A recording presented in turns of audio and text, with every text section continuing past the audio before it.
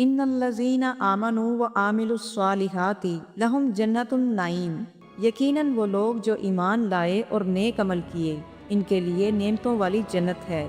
جنت النعیم ایسی نعمتوں والی جنت ہے جہاں کھانے پینے، لباس، صورتیں، پاکیزہ ہوائیں، خوبصورت مناظر اور وسیع و عریض محلات، خوش ذائقہ پھلوں پر مشتمل ہے، اس لیے اسے جنت النعیم کہا جاتا ہے۔ جنت الماوا، عربی میں ماوا ٹھکانے کو کہتے ہیں کیونکہ یہ جگہ مومنوں کا اصل ٹھکانہ ہے، اس لیے اس کو جنت الماوا کہا جاتا ہے۔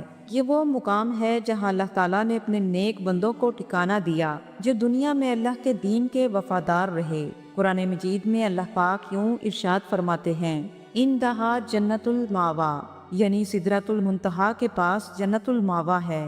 یہ جنت خاص طور پر شہداء اور سچے اہل ایمان کے لیے تیار کی گئی ہے۔ حضرت ابن عباس رضی اللہ تعالیٰ عنہ بیان فرماتے ہیں، یہی وہ جنت ہے جہاں حضرت جبرائیل علیہ السلام اور دوسرے فرشتے ہو کر آتے ہیں۔ حضرت کعب احبار رضی اللہ تعالیٰ عنہ بیان فرماتے ہیں کہ جنت الماوا وہ جنت ہے جس میں سبز رنگ کے پرندے رہتے ہیں اور انہی پرندوں میں شہداء کی روحیں رہتی ہیں۔ دارالسلام یعنی سلامتی والا گھر۔ اللہ تعالیٰ سورہ یونس میں یوں ارشاد فرماتے ہیں، اللہ سلامتی کے گھر کی طرف بلاتا ہے۔ یہ وہ جگہ جہاں نہ کوئی خوف ہوگا اور نہ ہی کوئی رنج و غم ہوگا، بلکہ ابدی امن، محبت اور اللہ کی رضا کا سایہ ہوگا۔ جنت اس نام کی سب سے زیادہ حقدار ہے کیونکہ جنت ہر قسم کی آفت اور مصیبت سے امن و سلامتی کی جگہ ہے، اس لیے اسے دارالسلام کہا جاتا ہے۔ جنت کا نام دارالسلام اس لیے بھی ہے کہ یہاں سب ایک دوسرے پر سلامتی بھیجیں گے، انبیاء بھی ایک دوسرے پر سلامتی بھیجیں گے، فرشتے بھی ایک دوسرے پر سلامتی بھیجیں گے، اور اللہ رب العزت کی طرف سے بھی سلامتی کا تحفہ ارشاد فرمایا جائے گا۔ جنت العدن یعنی ہمیشہ رہنے والی جنت، یہ جنت کا وہ مقام ہے جہاں ایمان والے ہمیشہ ہمیشہ کے لیے رہیں گے۔ قرآن مجید میں سورہ نحل میں اللہ پاک یوں ارشاد فرماتے ہیں، وہ عدن کی جنتوں میں داخل ہوں گے۔ یہ جنت کے ایک مخصوص مقام کا نام ہے جہاں ایمان والے ہمیشہ رہیں گے، جہاں خوبصورت باغات، بہتی ندیاں اور بے مثال محلات موجود ہیں۔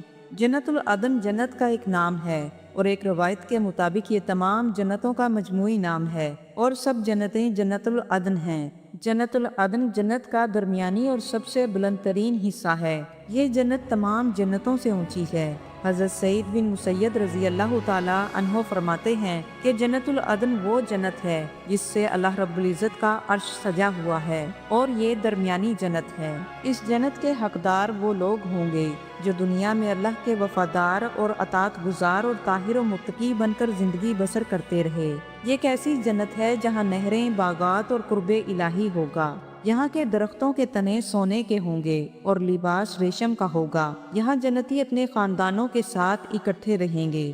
جنت الخلد یعنی ہمیشہ کی جنت، یہ وہ مقام جہاں سے اللہ رب العزت اپنے بندوں کو کبھی نہیں نکالے گا۔ قرآن مجید میں اللہ پاک یوں ارشاد فرماتے ہیں، ہمیشہ رہنے والی جنتیں جن کا رحمان نے اپنے بندوں سے وعدہ کیا ہے۔ یہ جنت ان لوگوں کے لیے ہوگی جنہوں نے اللہ کی رضا کو اپنا مقصد بنا لیا اور ہمیشہ آخرت کو یاد رکھا۔ دارالقرار، یہ جنت ان لوگوں کے لیے جنہوں نے دنیا میں اپنی زندگی اللہ کے سپرد کر دی اور ہمیشہ اللہ کی رضا میں راضی رہے۔ یہ وہ جنت ہے جہاں ابدی قیام ہوگا، جہاں نہ تھکن ہوگی نہ بڑھاپا، بلکہ ہمیشہ کی خوشی اور اطمینان ہوگا۔ قرآن مجید میں یوں ذکر ہوا، یہی تو دارالقرار ہے اگر وہ جانتے۔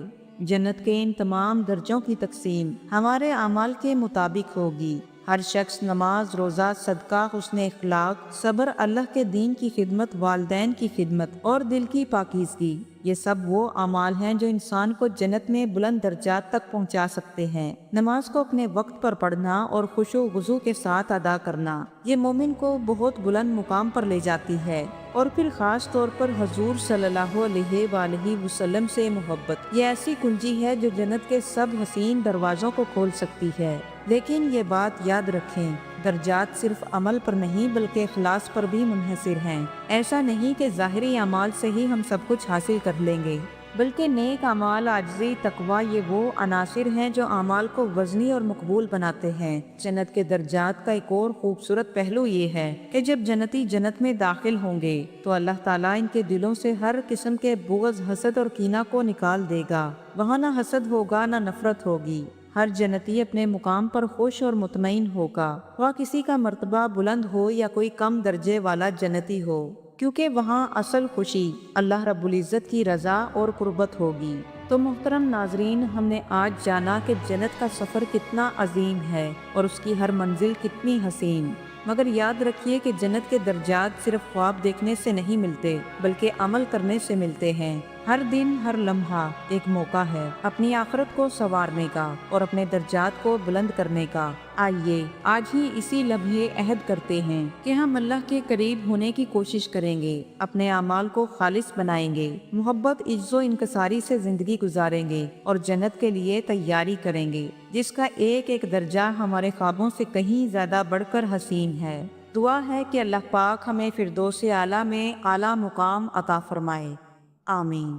اگر آپ کو یہ سفر اچھا لگا ہو تو اس پیغام کو دوسروں تک ضرور پہنچائیں، کیونکہ شاید آپ کے ایک شیئر سے کسی کی زندگی سنور جائے اور آپ کے درجات بھی بلند ہو جائیں۔ اللہ ہم سب کا حامی و ناصر ہو۔ والسلام ورحمۃ اللہ وبرکاتہ۔